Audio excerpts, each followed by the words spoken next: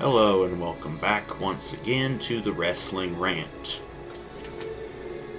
Can you tell right off the bat something's wrong? Can you tell? It's in my voice, right? You can tell? I hope so. Anyways, I've got my notes here.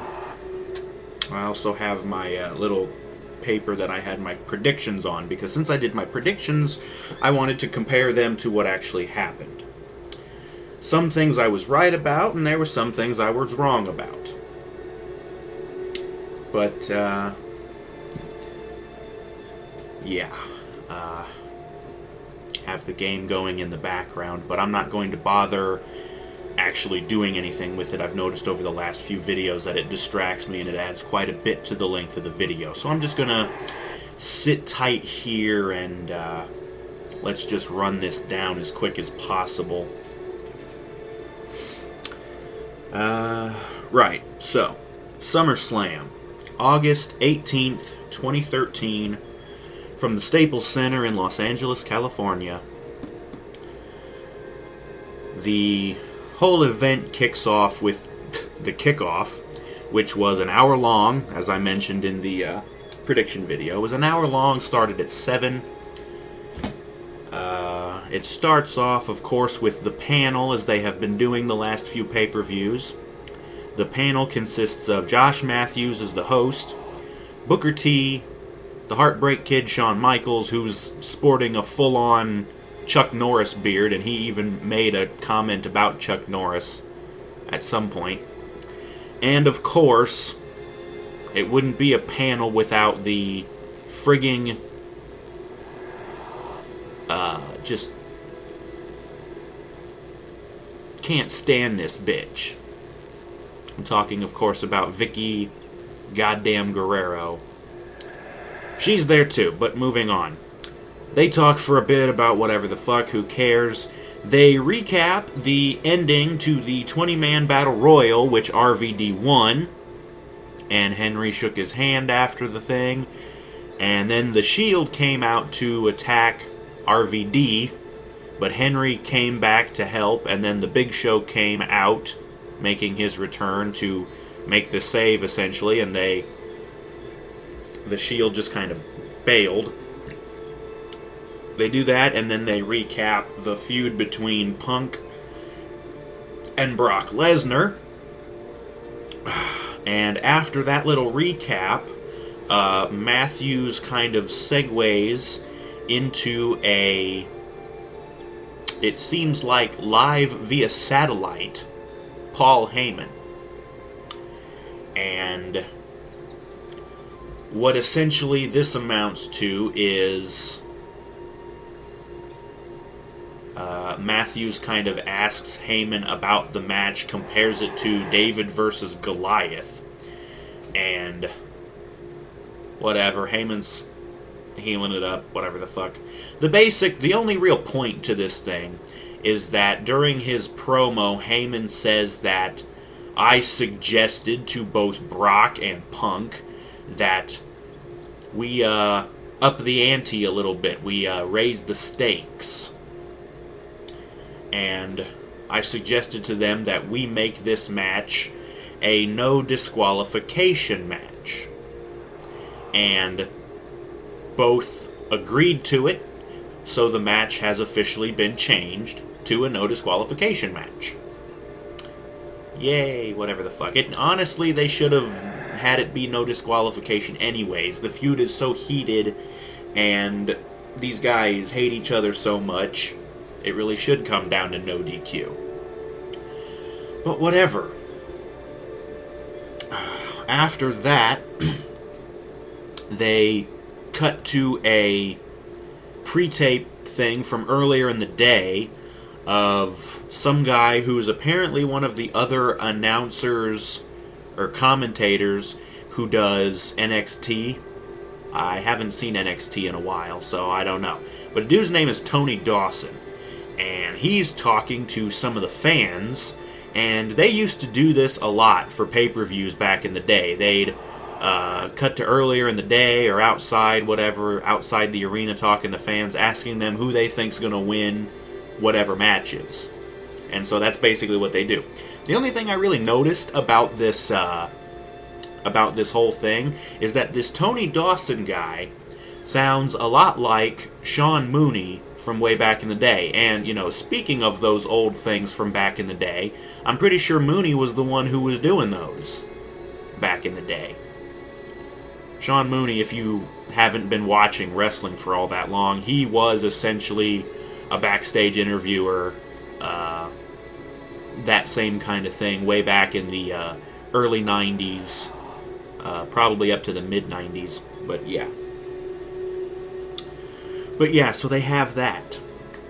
After that, they recap the whole thing between Dolph Ziggler, AJ, Caitlyn, and Big E that leads up to the mixed tag match for later on. And then they also happen to show like a vignette, essentially, of Ziggler and Big E Langston training at Muscle Beach in Venice Beach, right up the road or whatever in California. And during this whole thing, that Ziggler's talking a bit, Big E talks a bit. They're not training with each other, obviously, because they're supposed to hate each other, but they're just training at the beach. And they also show AJ talking. Apparently AJ was there too. She's not really working out, but she's just talking and whatever the fuck. After that, they recap the whole thing between Cena and Daniel Bryan. And then they cut back to more of earlier with Dawson, with the fans and whatever. And then finally we get to our pre-show match, which is Dean Ambrose. He comes out first. He comes out to a big pop, by the way. And then RVD comes out. We start this match for the US title. And it actually turns out, just as I predicted, to be a good match. The only problem is the finish wasn't what I predicted, and... Well, let me just get to that. The noteworthy things, while I was taking my notes here, I didn't bother to note down everything. Just the stuff that was noteworthy or out of the ordinary, things that were new or whatever. Right, so anyways,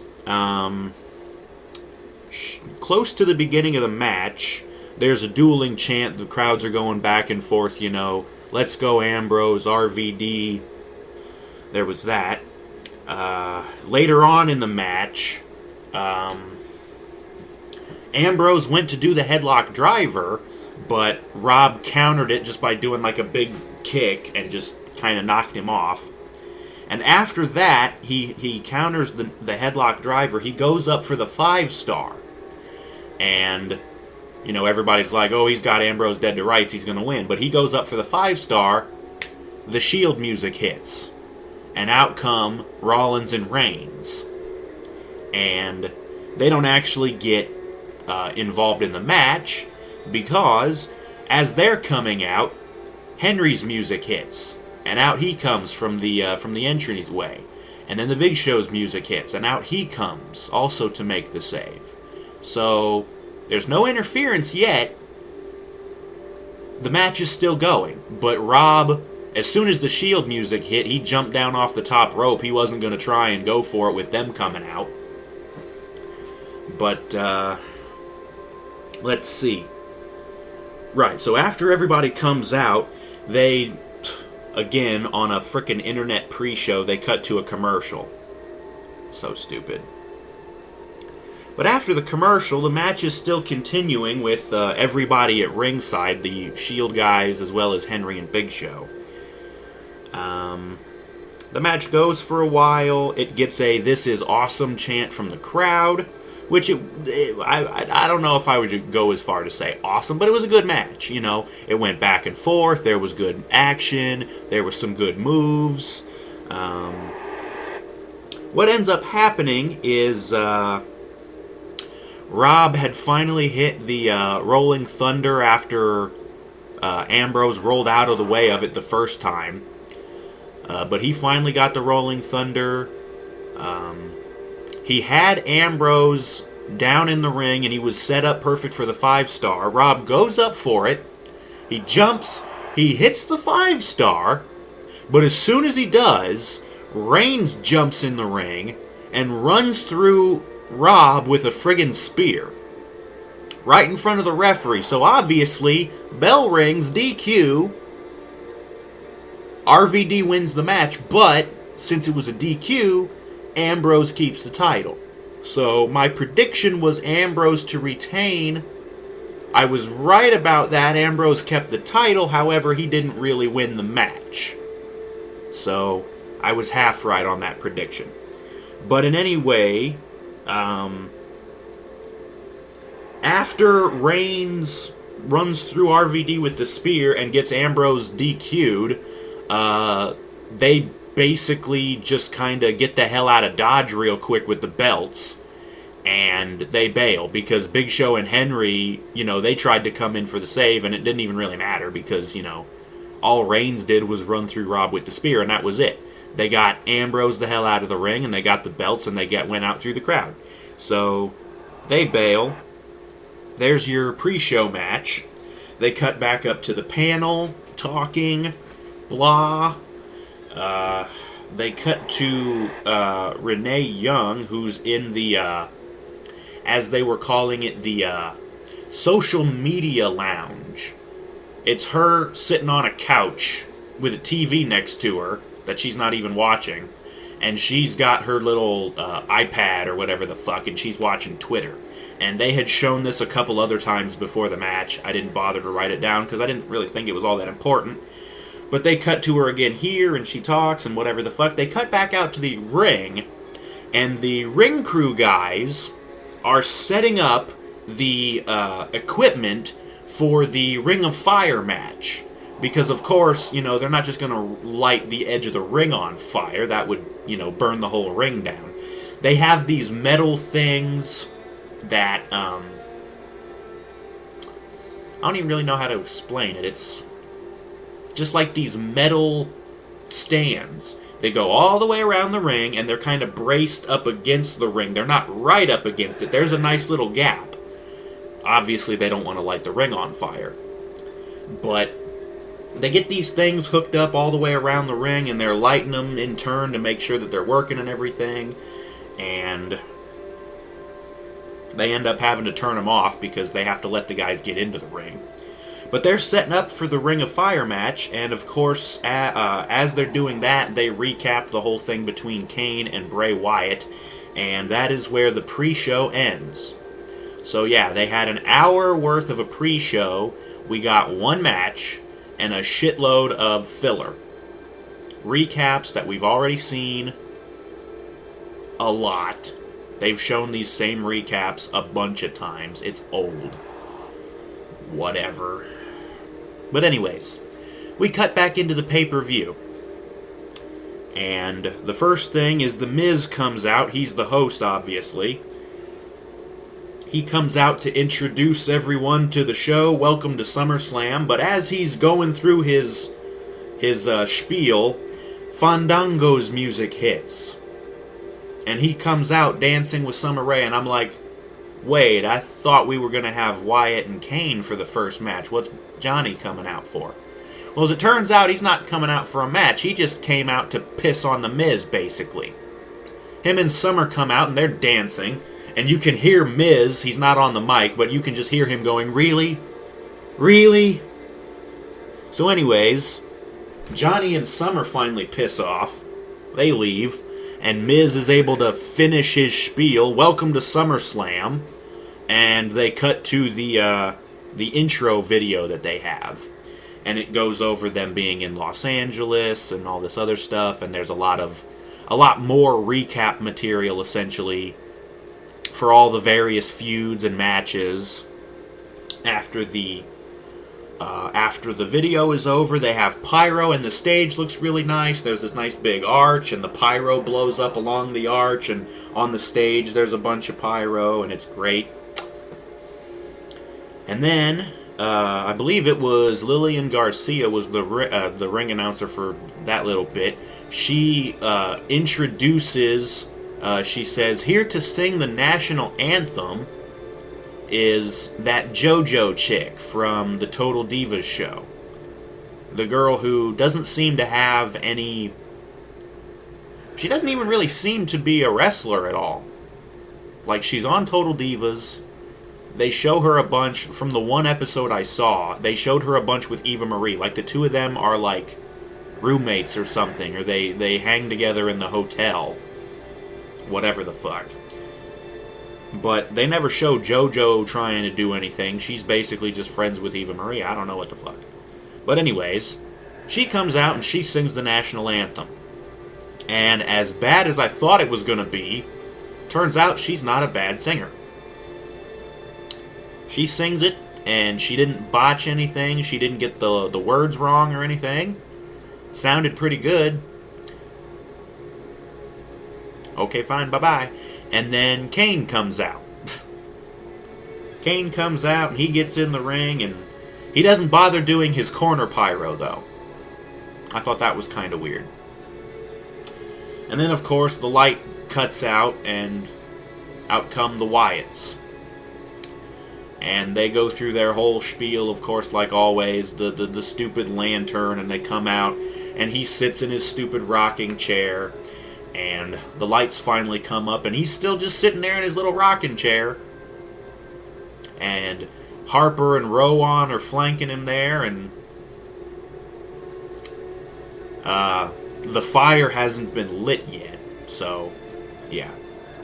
Finally, Wyatt gets up out of his damn rocking chair, he puts the stupid lantern down, and he finally gets in the damn ring, and they light the thing up, and it's time for the damn match. Now, before I even go over the match, I need to bring back to mind the whole point of this Ring of Fire thing. The whole point in surrounding the ring in this blazing inferno of flames, the whole point was to keep Harper and Rowan out. So nobody could interfere, so nobody could help Bray win.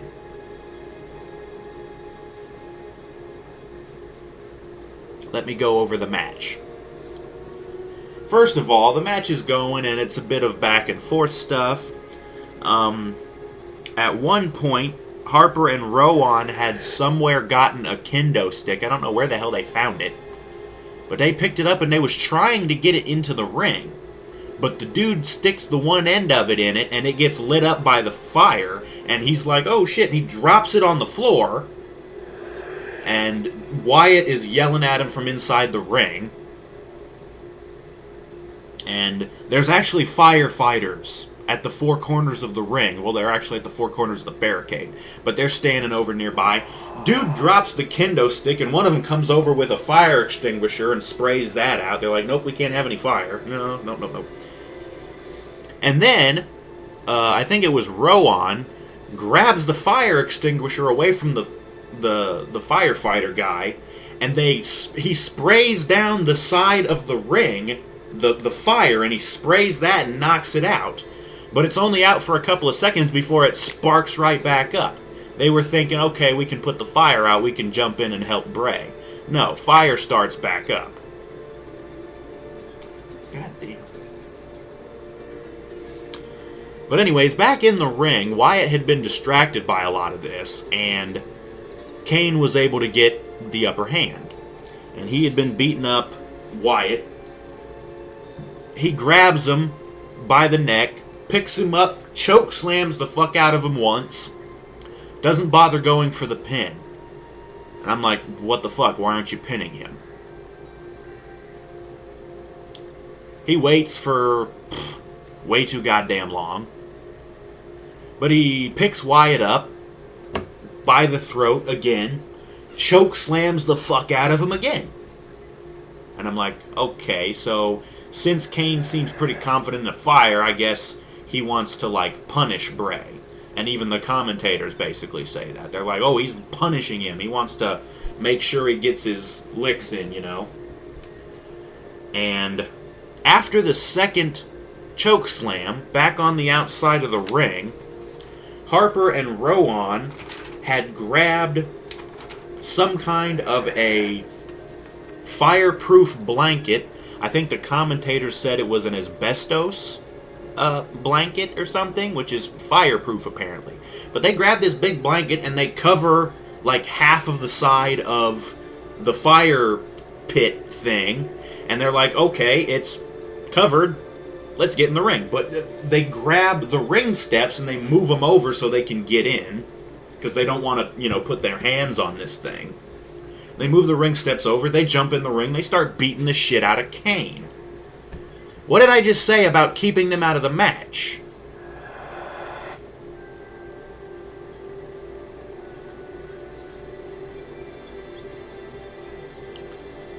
Anyways, they get in the ring and they start beating the shit out of Kane. And they do their tag finisher. As I mentioned from the other matches that they had, it's Harper hits like a discus clothesline and flattens the guy, and then Rowan comes running with this froggy splash. They hit that. And Wyatt is sucking wind over in the corner because he just had been chokeslammed by Kane twice. They go over to him, they're like, you okay, Bray, and whatever the fuck. Then they go back over to Kane, and they pick him up, so they basically feed him into Wyatt, who grabs him and cinches him up for his finisher, kisses the forehead and all this shit, and he hits the fucking finish. And the referee is powerless this whole time. He can't do shit because apparently just because it's a Ring of Fire match, there's no disqualification. Even though the whole point of the match was to keep those two chuckleheads out of it. But anyways, Bray hits his finisher on Kane. He covers him. He gets the win. So in a match specifically designed to keep those two chuckleheads out, they still find a way to get involved and cost Kane the match. Overall, the match really was not that good. It was very slow-paced. Bray Wyatt sucks. Seriously. He's not a very good wrestler. But when you're Triple H's little pet, you get to win. Whatever the fuck. After the match, I guess they had turned off the fire, and the firefighters come over and they extinguish the flames. And Harper and Rowan drag Kane out of the ring. And meanwhile, Bray has gone back outside to his stupid rocking chair. And he's sitting in the rocking chair again. And so Harper and Rowan drag Kane over, and they grab the bottom section of the ring steps, and they stick it in front of Bray over in the aisleway. They set it down, it's just sitting there flat like it normally is. They drag Kane over, and they put him face down on the steps. And then they go and they get the top part of it. And in some weird sort of apparent ritual or whatever the fuck, Wyatt gives them the signal, and they slam the stairs down on Kane's head like they did the first time that they attacked him, where the triangular part of the stairs that's cut out so it fits around the ring post goes around Kane's head. So the stairs never even come close to hitting Kane's head. The only pain comes from maybe the ringing in your ears of these two metallic objects clanging against each other. This looks weak still.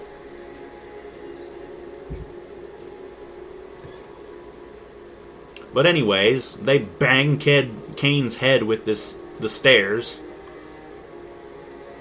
And then Bray lights up his stupid lantern again. And for some reason, even though it was the LED lantern as they were coming out, now all of a sudden he lights it and it's got a normal flame like an old school lantern.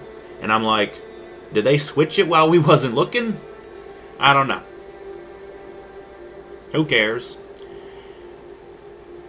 Bray starts walking off, and Harper and Rowan, they get Kane up, and it's like he's got his arms around their shoulders, and they drag him back wherever, because we don't know where the hell they took him. So, yeah. They drag Kane off.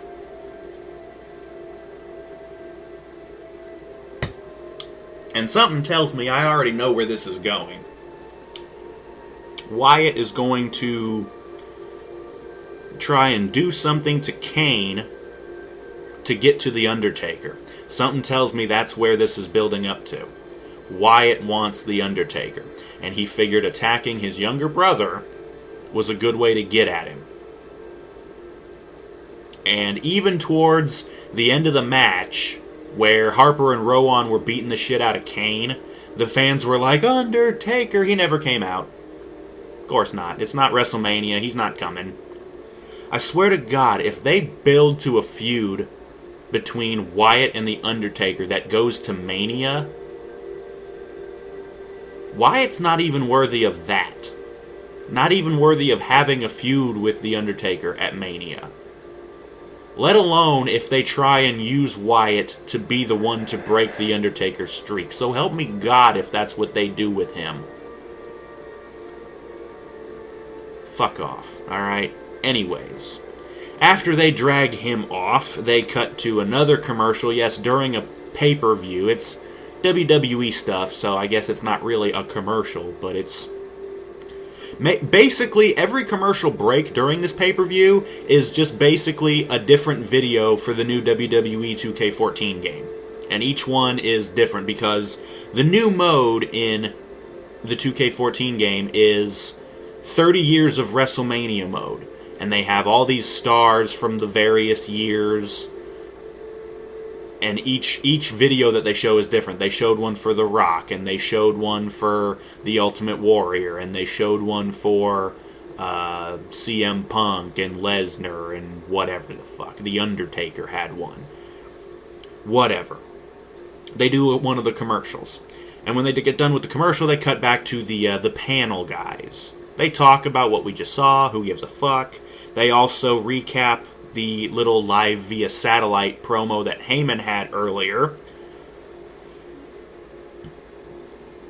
And then they finally come back to the arena where Damien Sandow comes out.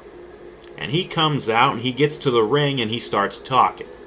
He cuts a promo where he's basically just trash talking Rhodes.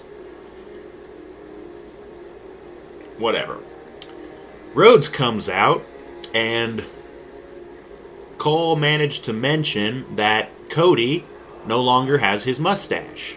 He finally shaved the damn thing off. It's about fucking time.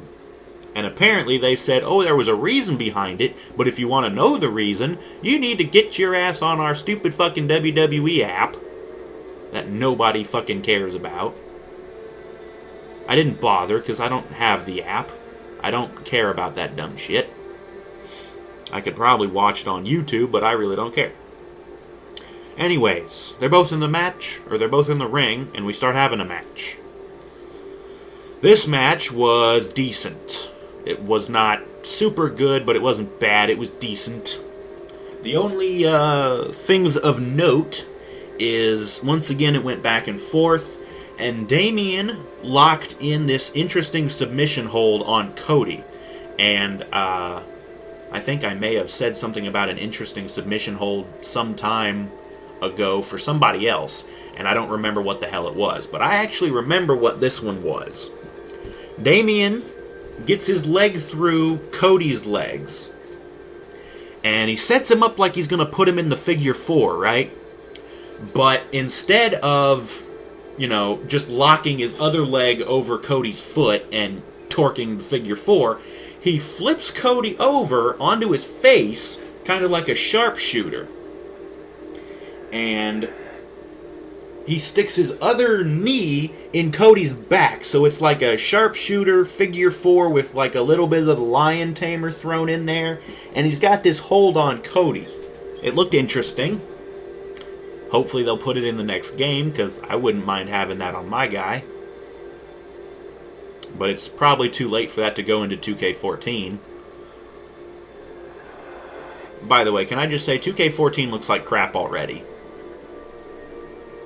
another worthless story mode this 30 years of WrestleMania. I don't fucking want a bunch of legends in the game. They screwed that up last year with the Attitude Era mode. And don't get me wrong, the Attitude Era was great, but for the game, don't waste roster spots on these old guys from the past.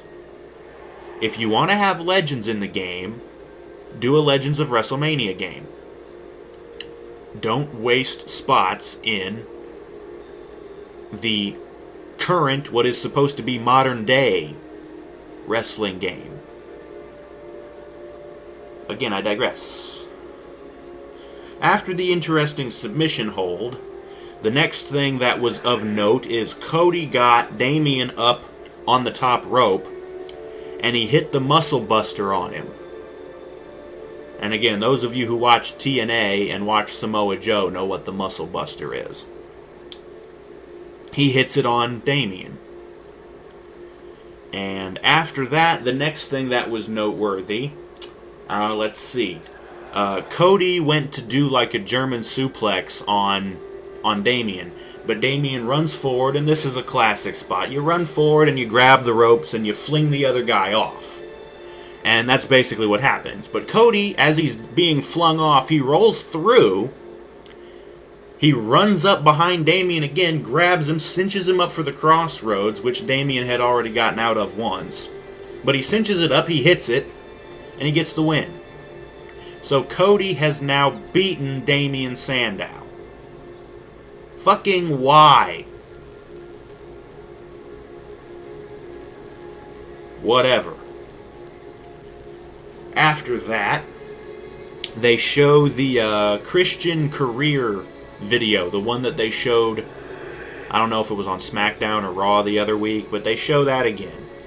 And then Christian comes out. It's time for the World Heavyweight title match. Yeah, already. 3 matches in, we're already doing the world title. But Christian comes out, and then Del Rio comes out, and the commentators make mention of the fact he's got a black eye. Apparently Del Rio got a black eye from the kill switch that Christian hit on him on SmackDown on Friday. Apparently he landed right on his face and got a shiner for it. Whatever the fuck.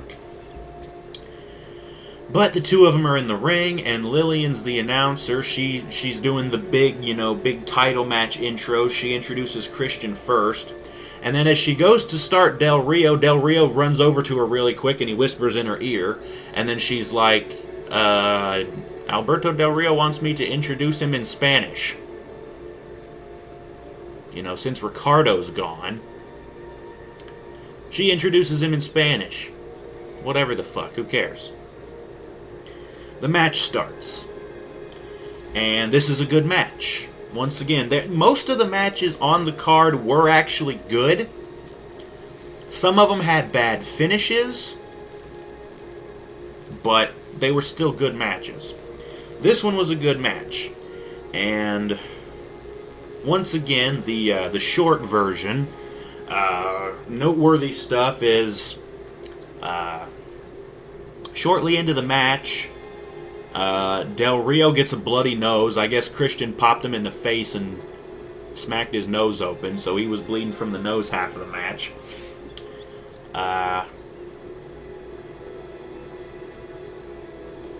Another interesting spot was Christian was, I don't know, he was on the top rope.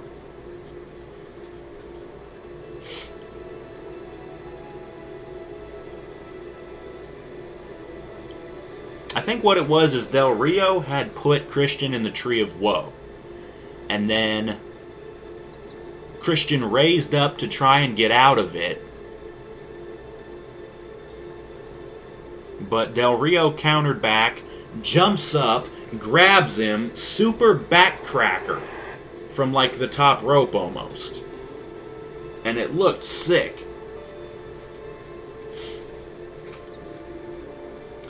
So there was that spot.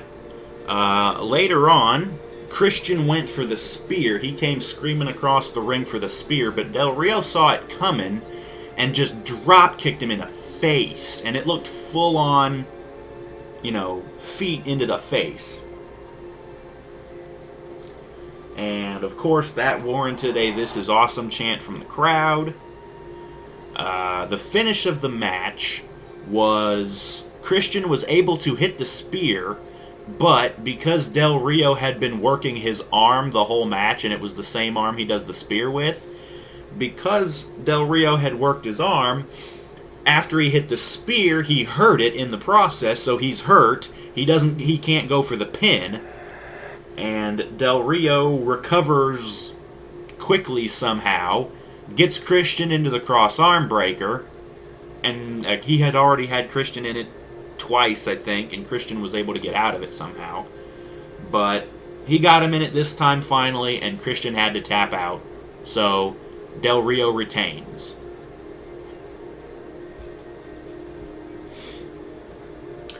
And looking back at my predictions, I was right about that one. So that's 2 so far. Sandow and Rhodes I was wrong about. Rhodes actually won. And for the pre-show, I guess I was, like I said, half right with that one. Ambrose kept the title, but RVD won the match. So anyways,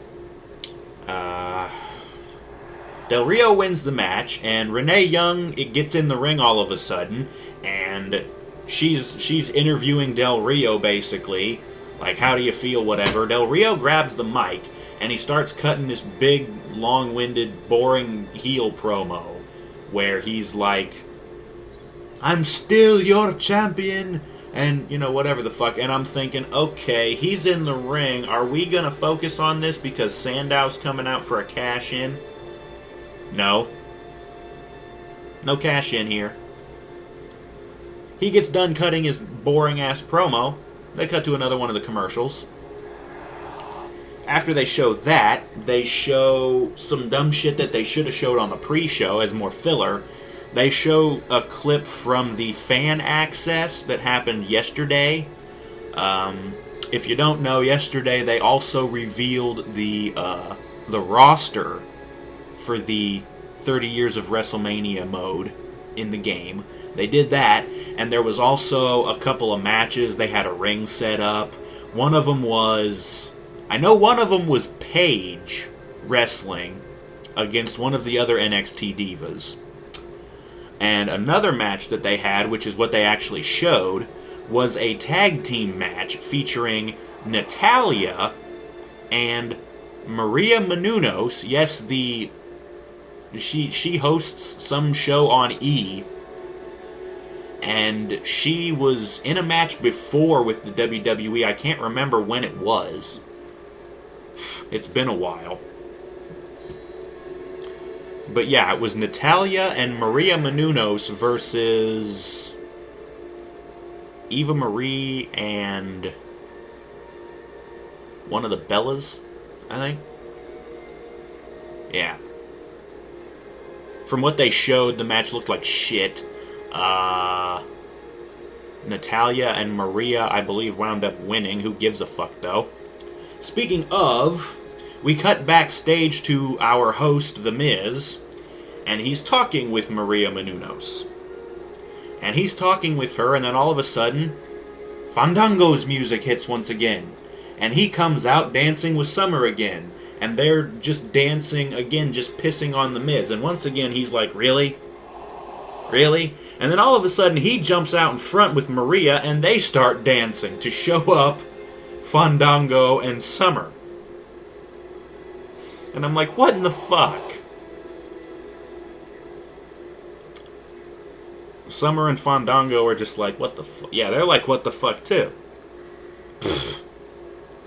That's it for that segment. We cut back out to the ring.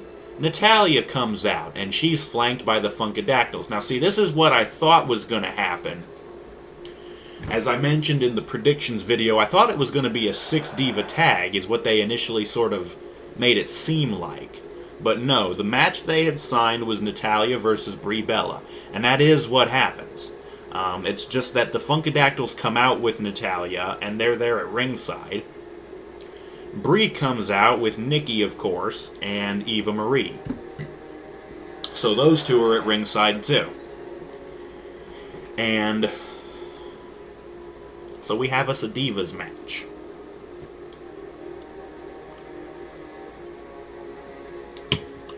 And despite one of the Bellas being in this, and despite the other Bella and Eva Marie and the Funkadactyls being at ringside, and the four of them wind up getting into it on the outside at one point during this match, despite all of that, this match was actually decent. It still wasn't really that good, but it was nowhere near the train wrecks we normally see with these girls. So it was okay. Again, notes, Brie and Eva interfere right. Natalya was on the apron, stupidly over on the side where Nikki... Oh, not Brie and Eva. I should have put Nikki and Eva. My notes are fucked up. Oh, well. Yeah, but they're on the outside over by the commentators. Natalya somehow winds up out on the apron over there. And Brie distracts the referee inside the ring. And Nikki and Eva pull the ring skirt out. And Natalya slips and goes in between it and smacks her face on the apron. And overcome the Funkadactyls to chase off them two bitches. And the match continues from there. After that, the crowd was pissing all over the match, as they normally do. They did a JBL chant, and then they did a Michael Cole chant, and then they did a Jerry chant for Jerry Lawler. And they also did a We Want Tables chant. I'm not sure about this one. It was either We Want Tables or We Want Sable. And I'm thinking, why would you want Sable? She was never really that good of a wrestler either. Sure, she was pretty, and I know she's married to Brock, but, you know, I don't know if she's even at the show. I'm pretty sure it was We Want Tables, but I'm like, yeah, like the divas are gonna fuck with tables. Not happening. Natalya gets the sharpshooter locked in on Brie. Brie's able to get to the rope break or something, I'm not really sure. At that point is where the fight goes on outside between the other four chicks. They're all tussling on the outside. The crowd starts chanting, "We want fire." Again, just pissing on it. Natalya's able to lock in the sharpshooter again, and she miraculously gets the win. So I was wrong there too. So, but I'm almost glad to be wrong in this instance, because Natalya needed a win. She's been buried so much, she's been beaten by practically all the other freaking divas. So, oh yeah, that guy. So anyways, but there's that. After that match, they go to another one of the little commercials. When they come back, they cut to another pre-taped segment from earlier the day. Back at catering once again. So guess who pops up? There's some dude tending to the catering table. I guess he's the cook or whatever. Sorry, there's a bug flying around. I was trying to kill it. Right, so the dude's tending to the catering table, and Ryback comes up, of course. He's complaining about his soup being cold. What the hell just exploded over there? Right, but Ryback's complaining about his soup being cold. And the cook looks at him and says, "It's supposed to be cold." I forget the name of the soup he says, but he says the name of it, and it's supposed to be cold. And Ryback kind of looks at him for a second, then he goes, "Oh, I knew that." Trying to act smart. Lunkhead. He's bullying the guy. It's the same shit. This is so fucking pathetic. Just fire the guy already. He's not going anywhere. Anyways, he's bullying the guy. He tells him to take the soup away. The dude reaches for Ryback's bowl, and he's like, what are you doing? Does it again, whatever the fuck. He ends up pulling the dude's shirt out and dumping his bowl of soup down the dude's shirt. Ooh, what a mess you're making. You're like a 3-year-old, whatever the fuck. And then he picks up the big metal container full of soup and dumps it over the dude's head. And that was pretty much it. He didn't put the guy through the table, I don't think, so whatever the fuck. After that, they show the little video package that they came up with for Punk and Brock, and they showed this on Raw, I think. It's the same one, so there's nothing different about it. It's the same one. After that, of course, Brock comes out with Heyman, and then Punk comes out, and it's time for the Brock and Punk no DQ match. And once again, this was another good match. However, really bad finish.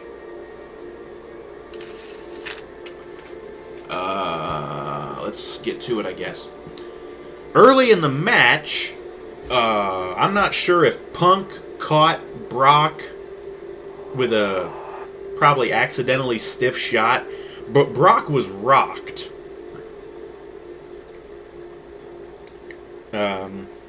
So there was that. Punk did a dive from the announcer's table. It was like from their fight from a couple of weeks back. He dove off the table and just kind of clotheslined him, basically. Punk goes after Heyman, of course, gets caught.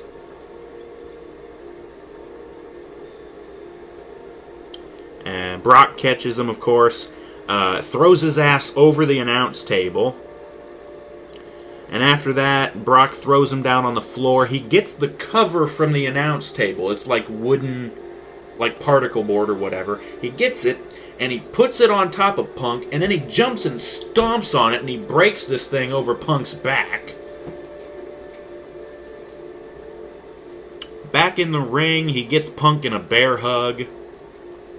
Punk's able to get out of it, but he goes to hit the ropes, and as he comes back, Brock kitchen sinks him with this big freaking knee to the guts. And it looked hard, like, ugh. He gets him in the bear hug again. I think Punk went for a cross body, and Brock caught him and gave him a fall-away slam. And then I think he went for the bear hug again, and to get out of it, Punk started biting Brock.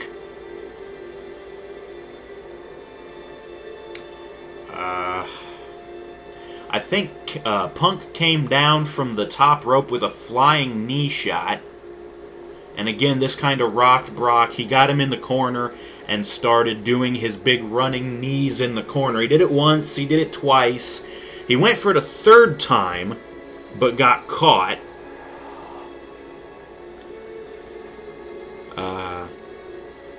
Punk nails a big roundhouse kick, and then he goes up and he hits the big macho elbow drop.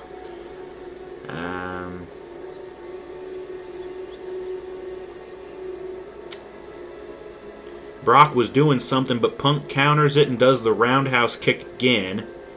And he went for the GTS, but Brock countered it into the Kimura lock. Punk countered out of it into the cross arm breaker. Now, he didn't do it exactly the same way that Del Rio normally does it. He just kind of got on top of him and started going for it. But then, from the arm breaker, Punk transitioned into a triangle choke. And this is another sort of MMA thing. This whole segment right here of the match was like this big sort of MMA thing. They were kind of transitioning between like submission holds, and it looked like an MMA match. But while Punk has the triangle choke thing on Brock, if you know what the triangle choke looks like, it's kind of a dumb move to go for because you open yourself up. And that's exactly what happens. Brock is able to pick Punk up from this position, and he slams him down, but Punk still has the choke locked in. Brock picks him up again and takes him into the corner. He was trying to slam him in the corner to get him to break it. And what ended up happening is, falling out of the corner, a big power bomb. Brock power bombs Punk. And they're both down for a little bit. The crowd's chanting, "This is awesome." Brock gets up and he picks Punk up and he cinches him up for a suplex. He suplexes him, but he holds on to it.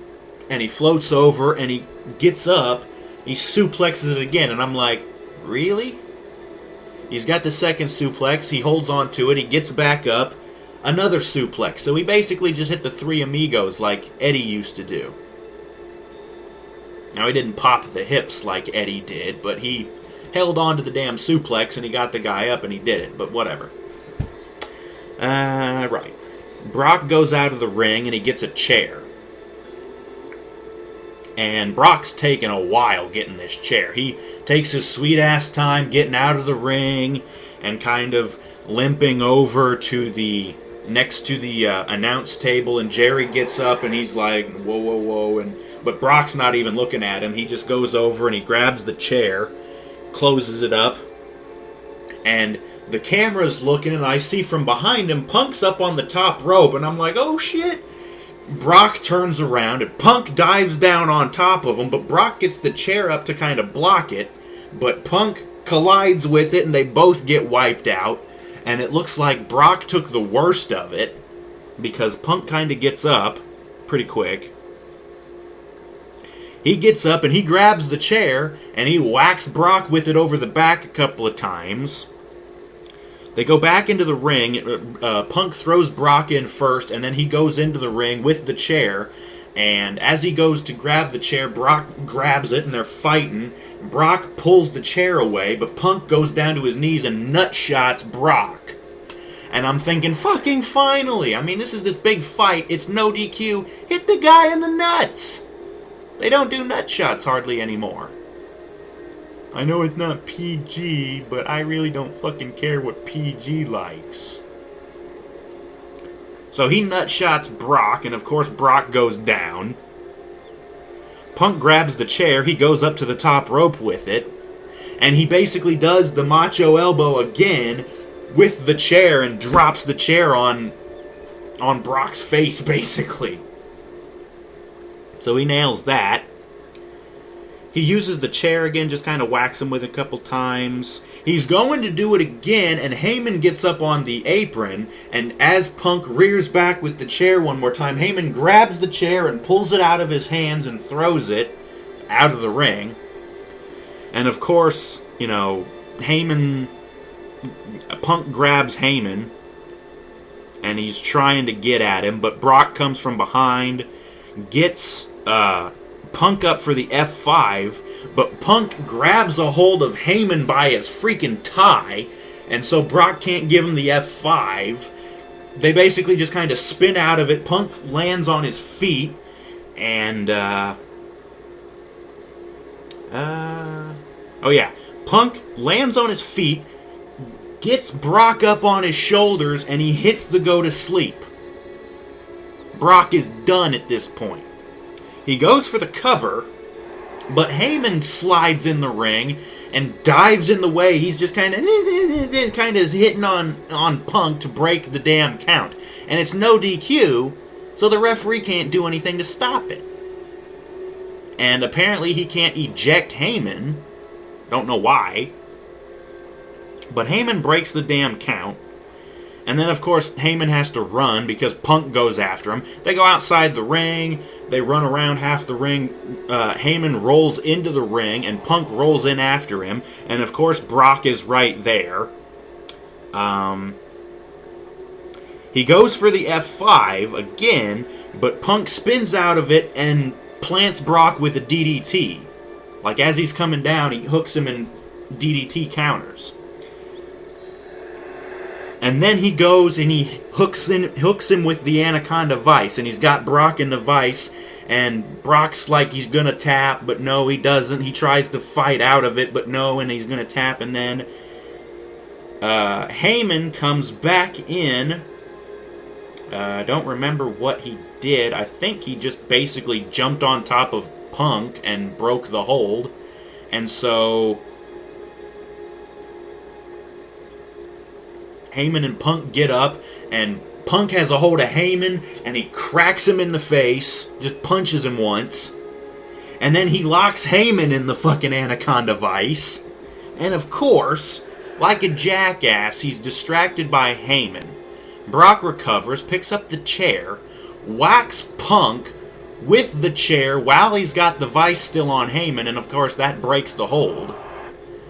Brock winds up hitting Punk with the chair 2 more times, puts the chair down on the mat, picks Punk up on his shoulders.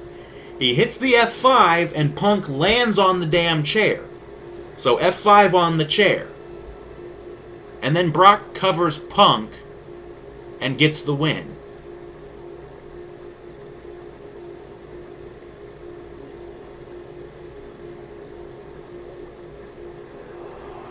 Why? Why does Brock need to go over here? He's part-time. He's not even worth all that much. And Punk needs to be built back up anyways. You have Punk fucking lose to Brock in this no DQ match. Let me guess, they want to keep the feud going. So, Punk loses because he got too distracted by Heyman. And so, we're going to build to another match where Heyman won't be a factor somehow, like a cage match or fucking, I don't know, maybe Heyman will be locked in a friggin' cage, just a small cage where he can't interfere.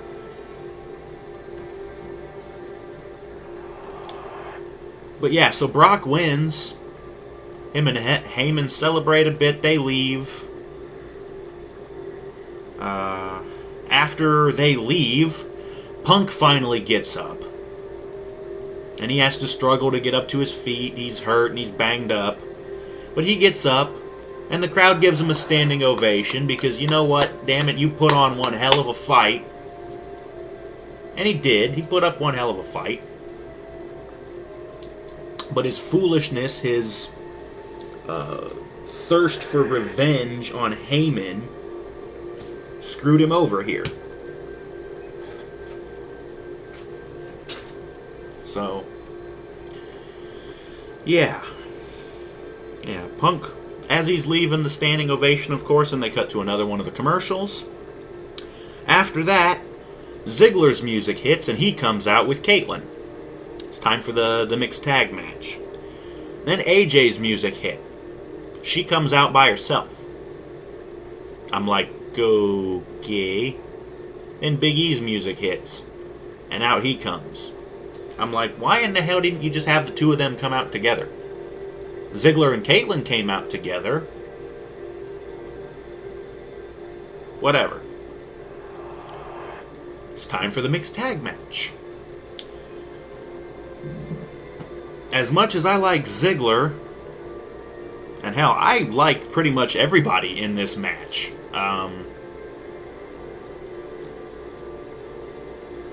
But with all the good people in this match, it only wound up being decent.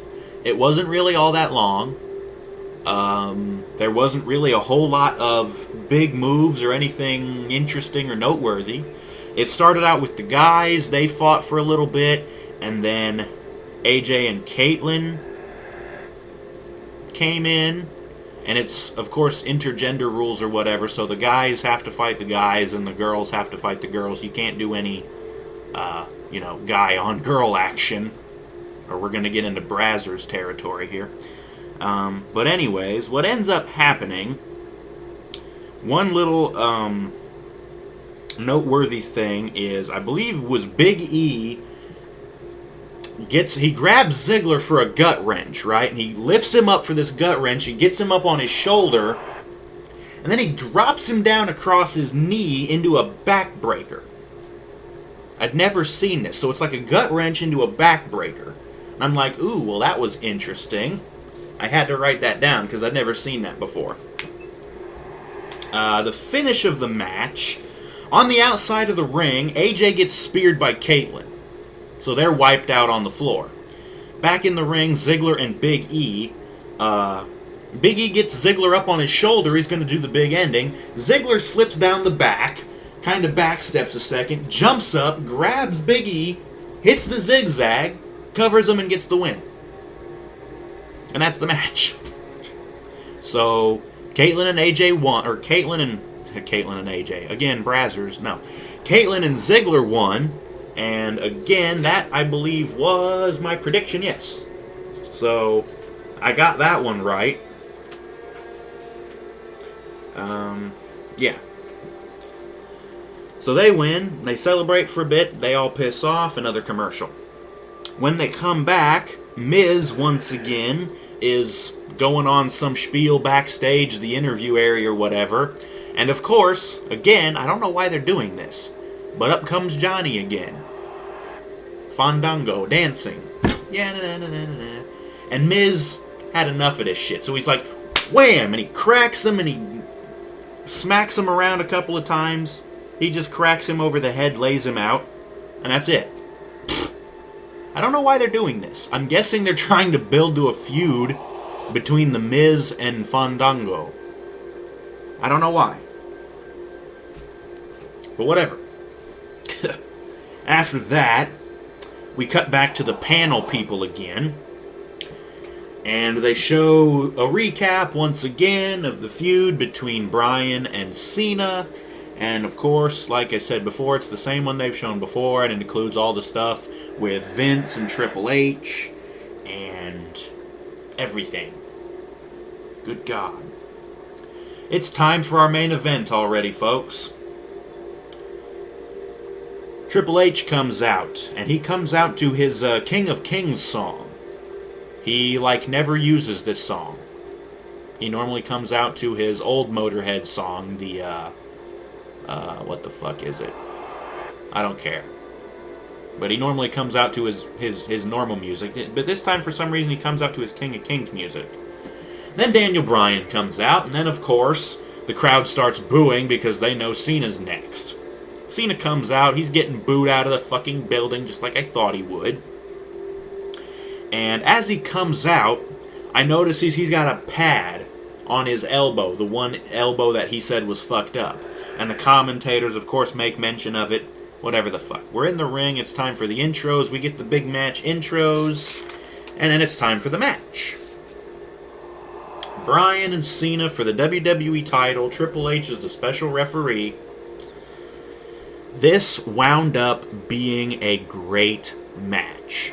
I don't get to say that often, because we don't see great matches very often, especially not when Cena's involved. But I gotta say, a lot of it was because of Bryan.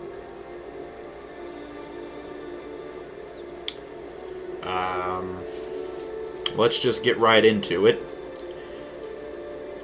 Quickly at the beginning of the match, Bryan, I don't remember what he does, but it's like, I think what it was is he did like a monkey flip or something on Cena, and Cena immediately rolls out of the ring, and he goes over to this guy at ringside sitting over by the commentators. And as it turns out, as the commentators say, well, that's our ringside doctor. But Cena goes over to this guy and he whispers something in his ear, and then he goes back and he rolls back in the ring. And the commentators are like, what did he say to you? They're like asking the guy, like, what did he say to you? And the doc says, he just said that his elbow's fine. So Cena not really, doesn't really seem to be taking it all that seriously. Whatever the fuck. Another noteworthy spot is Bryan was on the apron on the side of the ring over by the commentator tables. He's on the side of the ring, and Cena comes running up and cracks him and knocks him off the apron. And Bryan goes flying towards the table, and it looked like his face went smack into the edge of the table. If you guys know the way those things are shaped, there's like an edge along the front side of it. But he looks like he went face first into this thing. Turns out he was okay, so I guess maybe he didn't hit it quite as hard as I thought he did. But there's that. The ringside stairs come into play. Cena got thrown into him, kind of loosened him up. And then Bryan takes Cena over to him, and they're standing on him, and it's looking like Bryan gets him cinched up for a suplex, and I'm like, what's he going to do, suplex him off the stairs? And he goes to, but Cena counters, and then Cena suplexes Bryan off. So down off of the stairs, which is just like a 2-foot raise, basically, 2-3 feet maybe, off the stairs to the floor. Okay, great. I noticed at this point the crowd started chanting, "You still suck," at Cena. Cena's able to hit a sit-out powerbomb on Bryan. He goes for the attitude adjustment, but Bryan basically lands on his feet. They keep trying to do this spot, and even Punk couldn't get it right. They go to do it, but I don't know if it's Cena not pushing them over hard enough, but it's like they try to land on their feet, but their feet shoot out from under them, and they fall on their ass. But they get right back up, you know. But that's basically what happens again. Bryan starts kicking Cena in his hurt arm. And then he gets him up, and he cinches his arm up, and he gives him the big over-the-shoulder arm breaker thing. And that puts Cena back down on his knees. Bryan starts kicking the arm again. And Cena is able to... Or I don't know. Cena goes for the STF, I think. But Bryan gets out of it and locks Cena in the STF. So... Anyways, after that... Bryan picks Cena up and cinches him for a German suplex. He suplexes him over and bridges and gets a count 1, 2, and Cena kicks out, but Bryan holds on and they roll over and they get up, and Bryan German suplexes him again and bridges and 1, 2, and Cena kicks out again. He rolls him over and he gets him up and he's going for a third, but I think that's where Cena got out of it. Went for the attitude adjustment again, but couldn't get it. Oh, right. Bryan countered out and then went and got the yes lock in. He gets Cena in the yes lock. But Cena got out of it somehow. And then I think he went for the attitude adjustment again, but Bryan slips down into a guillotine choke. Again, more of the MMA sort of stuff. He gets him in this and he's got him down and Cena can't really get out of it. But Cena lifts him up finally and rams him into the corner a couple of times. He rams him into the corner a couple of times. But that won't break the hold. Bryan's holding on like a pit bull, you know, all that shit. And then they turn around and Cena loosens him up and flips him over and drops him onto the corner. And that breaks the hold. They both kind of fall down. And then all of a sudden, they both get up. Cena lifts Bryan up on his shoulders and really quickly hits the attitude adjustment. And he covers him. Only gets a 2 count. Bryan kicks out of the fucking attitude adjustment.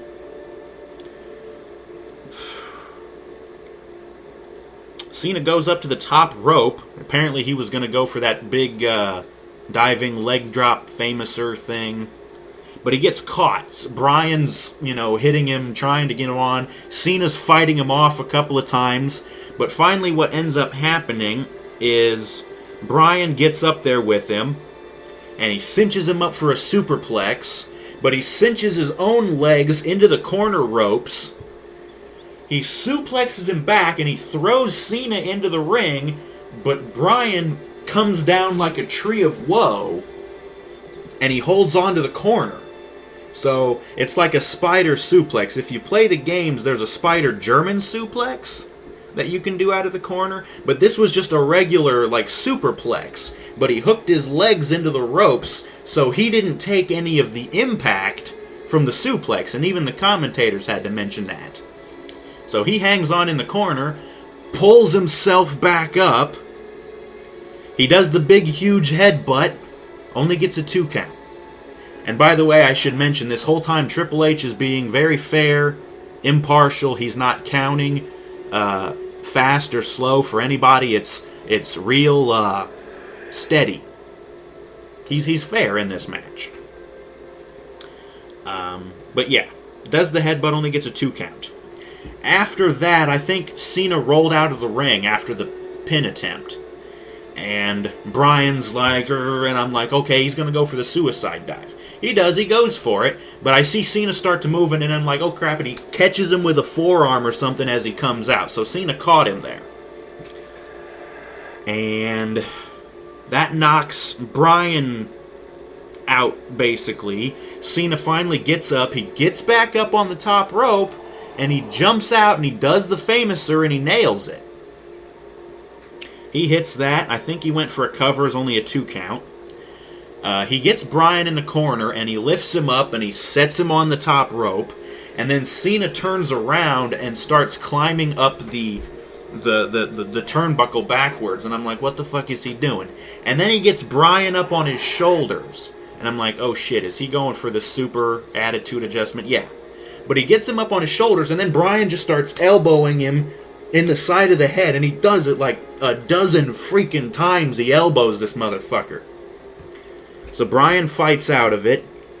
Right. He gets down off of Cena's shoulders over to the side, and it looks like he's going to jump up and do like a super Frankensteiner out of the corner.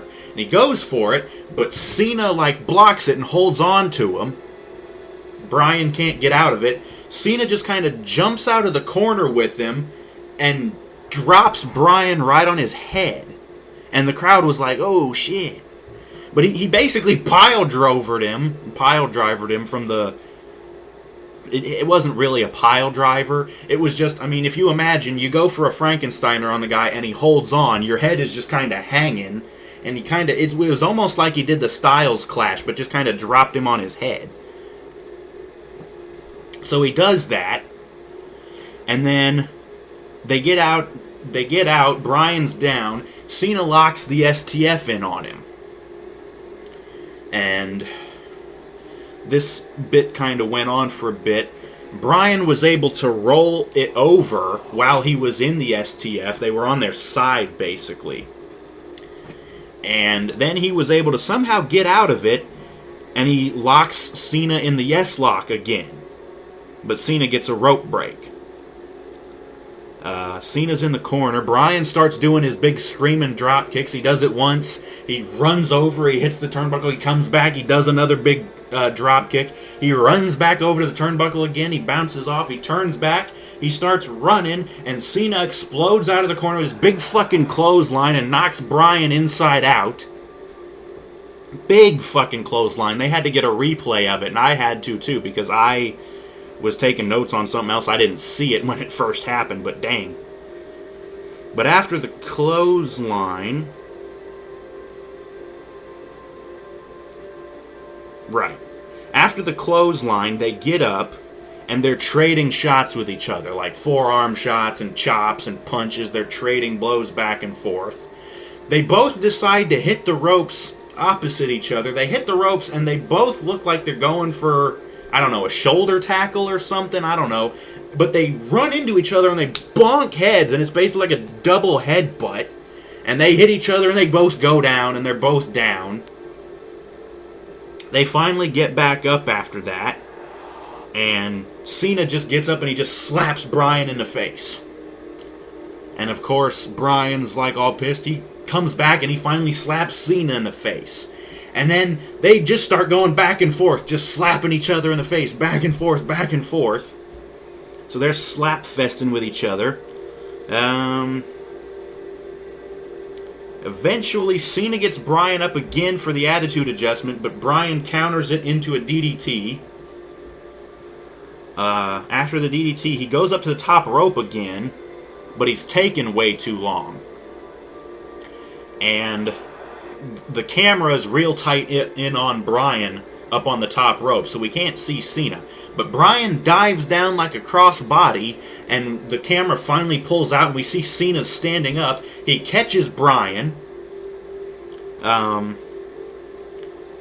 He gets him up on his shoulders, and he starts going for the attitude adjustment again, but Bryan spins out of it and pulls him down into like a small package, and he did this once before, and he managed to get the win on somebody with it, but he only gets a 2 with it.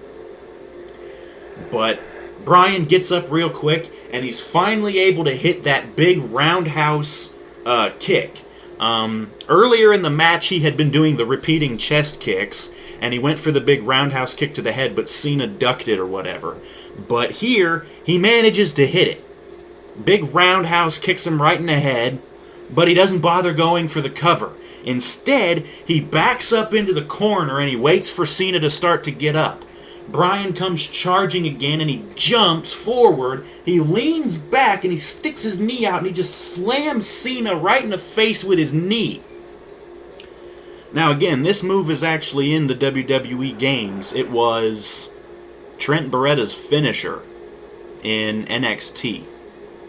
Just a super running knee to the face. Just a lean back, just straight knee shot right in the face. But he nails this. He covers Cena, and Triple H counts 1, 2, and 3. Bryan fucking pins John Cena. New WWE champion. The crowd fucking blows up. They're super stoked.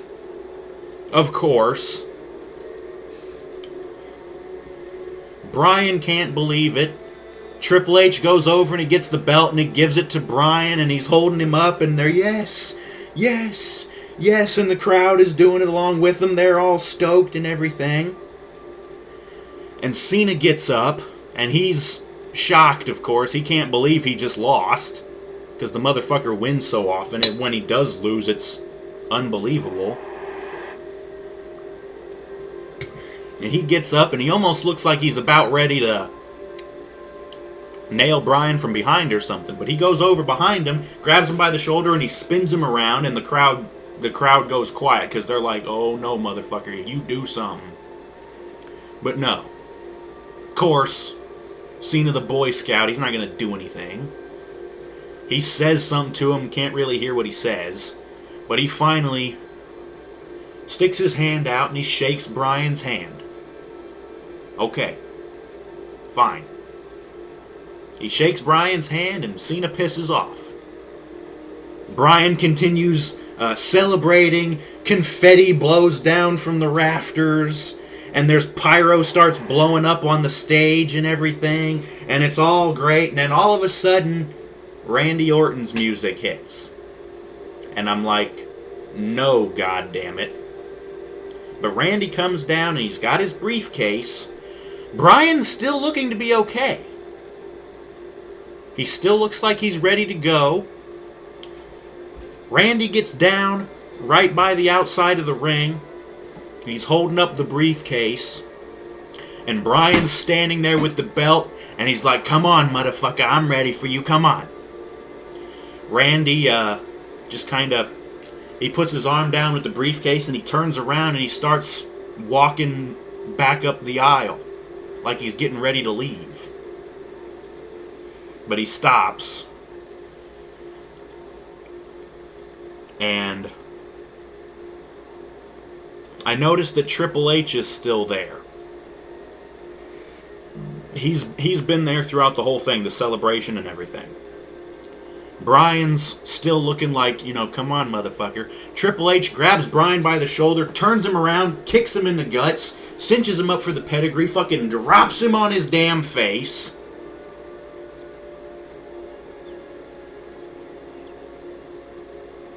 And again, like I said, something's wrong. Randy comes running back, he gets in the ring. He hands Triple H the briefcase. Triple H takes it over and he hands it to the ring announcer and he says, ring the damn bell now. And the ring announcer says Randy is cashing in his Money in the Bank briefcase. The bell rings. Randy rolls Bryan over because Bryan's still on his face from the pedigree.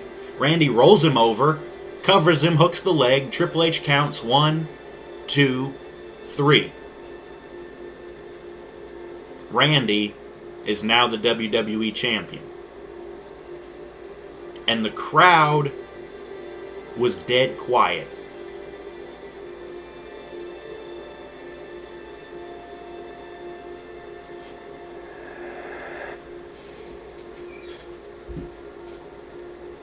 Randy's got the belt. He's celebrating. Triple H is holding his hand up.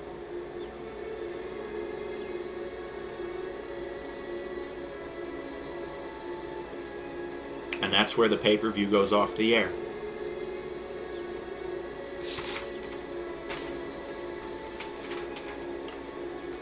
So,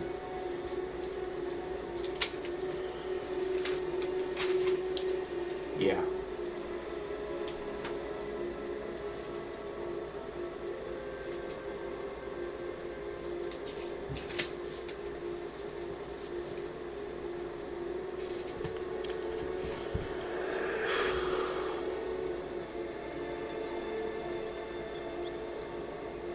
Again,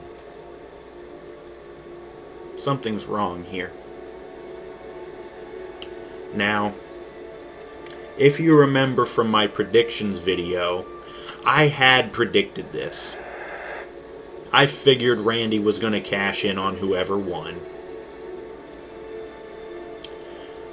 But what I didn't count on was Triple H. Although, I did mention that Triple H was the wild card because I know how he is. So, in a way I kind of saw it coming, but in the other way,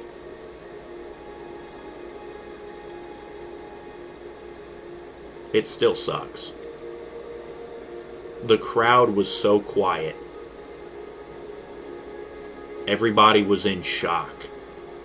They had just seen Bryan beat John Cena in a fucking... The match was like 45 minutes long. I'm not even kidding. It started at like 10 o'clock. I looked at the clock on my phone. It was about 10:45. And that was just before the match ended. Bryan wins, and he gets the belt, and he's celebrating, and they let him celebrate for a while. The confetti, and the pyro, and the handshake from Cena, and then Randy came in. Everybody went quiet pretty much at that point.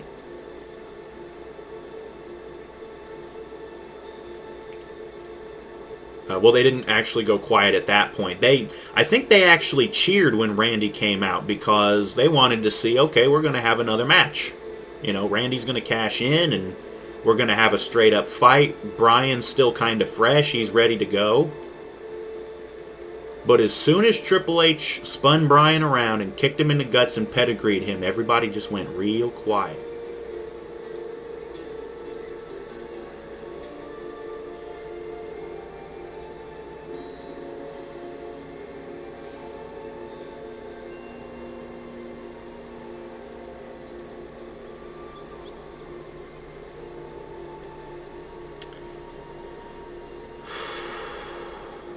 I don't, kind of at a loss here.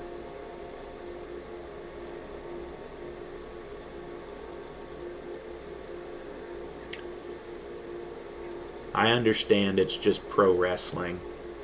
It's just entertainment. It's not real. It's not fake, but it's not real either.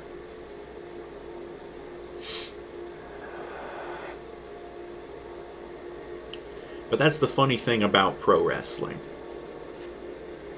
The storylines, the personalities. Every once in a while, they manage to pull you in with a good story. And this was one of those times. Daniel Bryan is this huge underdog. He came from wrestling all around the world in the indies, over in Japan. He's got this great underdog story.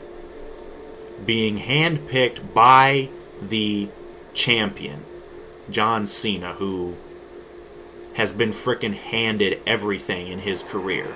And hell, a couple of times when they would cut to the panel people, a couple of them, I think it was Booker T and Vicky Guerrero, both said that, yeah, Cena has been handed everything.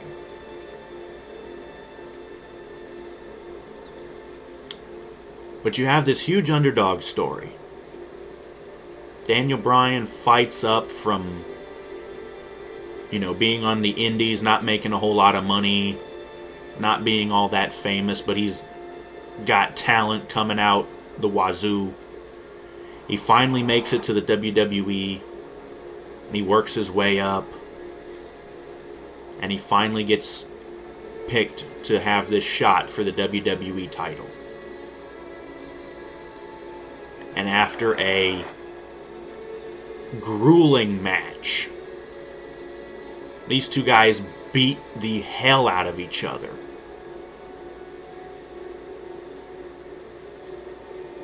Bryan is actually able to win, only to have it stolen away from him. Bryan was WWE champion for all of, a minute, maybe 2 minutes. The celebrating, Randy coming out, all the stalling, and then Triple H kicking him and hitting the pedigree. The match itself lasted maybe 4 or 5 seconds. Because seriously, it was the bell rung, Randy rolled him over, covered him, 1, 2, 3. Yeah, like 4 or 5 seconds. Randy didn't even have to pick him up and hit the RKO. Bryan was wiped out after the pedigree. He just rolled him over and covered him, 1, 2, 3, that was it. Now, obviously, the story behind this, just as I had predicted, is probably going to be Vince paid Randy or coerced him in some way to go out and cash in on whoever won. And they probably had Triple H involved with it because, like I said, Triple H is a schemer. He's a dirty, rotten motherfucker. But still. This is just so fucked up. You give the guy the title just to fucking turn around and yank it away from him. Now some might say, well, at least he got to hold the WWE title.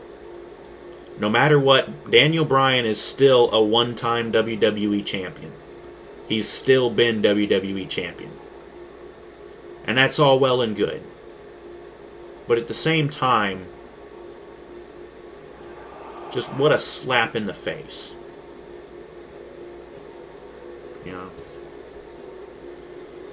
And like I said, the crowd was so quiet. Randy won and they were just dead. Just staring in disbelief that they would actually do this. I'm surprised people didn't jump the barricade and try to frickin' kill Randy and Triple H in the middle of the ring. It's LA. They're no stranger to riots. I'm surprised a fucking riot didn't start.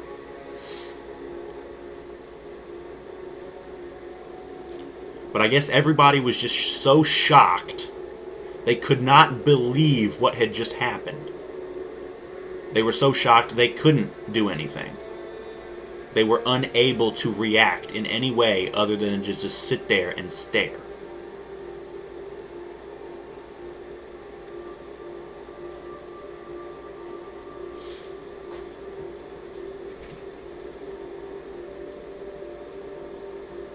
Such a kick in the nuts.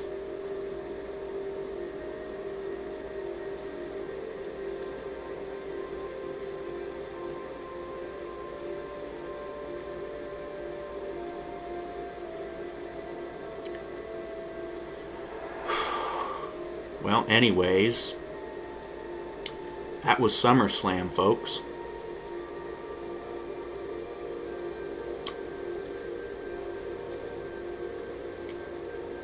Yeah, by the way, I had to take like an extra hour after the show ended. I had to cool off because I was mad. I had to cool off. I had been sweating during the whole show. I had to cool off. I had to get a drink. I had to get something to eat because I hadn't had much to eat all day. And I had a headache creeping up. I had to take some aspirin to kill that off. I had to get something to eat and I had to cool off. So I had to take an extra hour before I was able to record the show. I didn't get to start in the recording until about midnight. Let me check my clock here. It's damn near 2 in the morning. I think I've been going off on this bullshit for like 3 hours.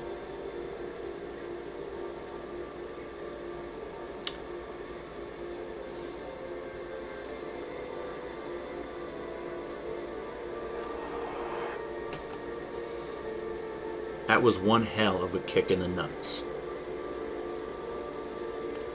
And if I may borrow a line, it may have been a well-executed kick in the nuts,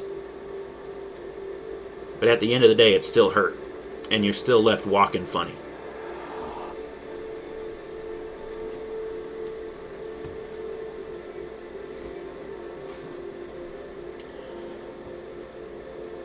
I'm not sure if I'm going to watch Raw tomorrow. I'm still upset about this. And like I said, I know it's just a show, it's just entertainment, it's just pro wrestling, but sometimes you get hooked by a really good story. The whole thing with Bryan and the underdog story, it got me. And I was hooked. And for them to end that the way they did,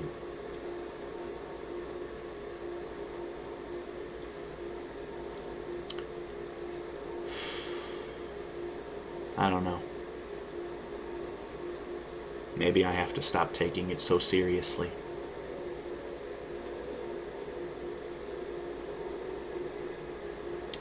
But like I said, that was SummerSlam, folks.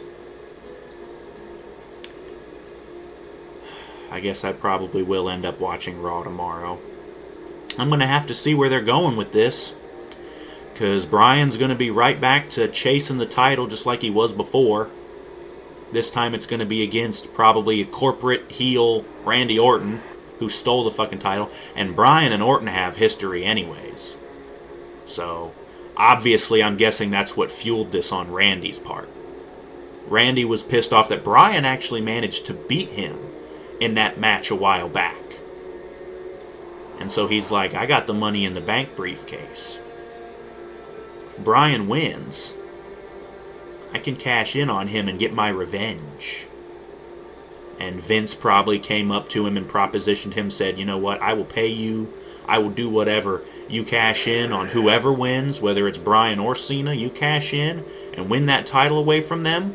I would much rather it be you than one of them. We can work something out here. So I'm guessing it's going to be the corporate champion Randy Orton. Randy is now heel. There's no bones about that. This was a full-on heel turn. He took advantage of... And Triple H, too. Triple H was on Bryan's side the whole time, this thing with Vince. And then he just turns him around, kicks him, and pedigrees him. Triple H is full-on heel now, too. And it's the whole frickin' McMahon family. Heel. Against Daniel Bryan. And they also have Randy Orton. So it's like the second coming of the corporation.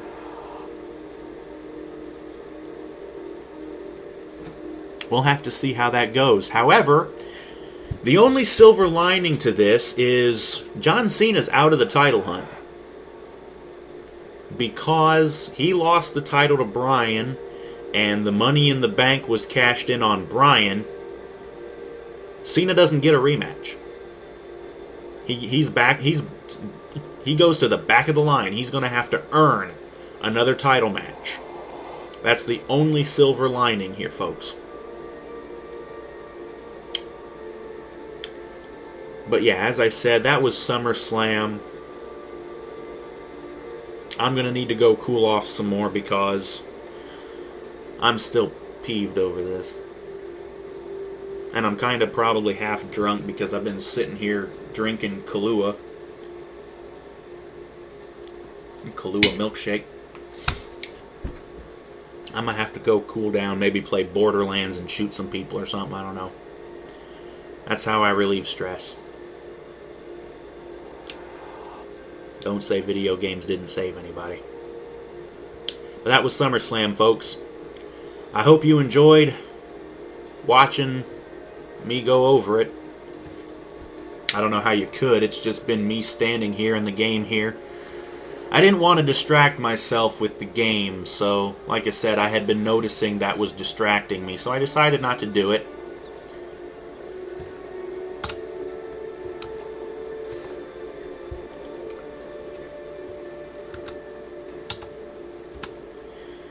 But yeah, that was SummerSlam. Thank you for watching. I guess we will see you tomorrow night for Raw. Join us tomorrow night for that. And we will see you next time. Good night.